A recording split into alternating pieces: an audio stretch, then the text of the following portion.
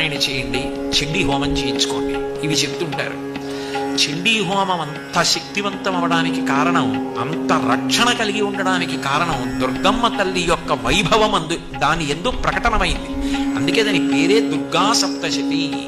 దుర్గా పేరు కాదు, దుర్గా అంటే ఏ శక్తుల యొక్క కూడిక కలిగితే దుర్గ అయిందో చెప్తుంది. దుర్గా అన్న మాటలో దకారము, ఉకారము, రకారము, గకారము, అకారము కలిస్తే దుర్గా.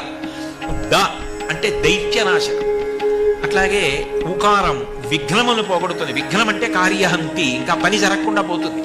అట్లా జరగకుండా పోయేటట్టు చేయగలిగిన, విఘ్నమును తొలగించగలిగినటువంటిది ఆ దుర్గాలో ఉకారం. రకారము రోగనాశనం, గకారము పాపనాశనం, అకారము శత్రునాశనం. శత్రునాశనం అంటే నేనెవరి మీదో శత్రుత్వం పెట్టుకుని వాళ్ళు నశించిపోవాలని కోరకూడదు. శత్రునా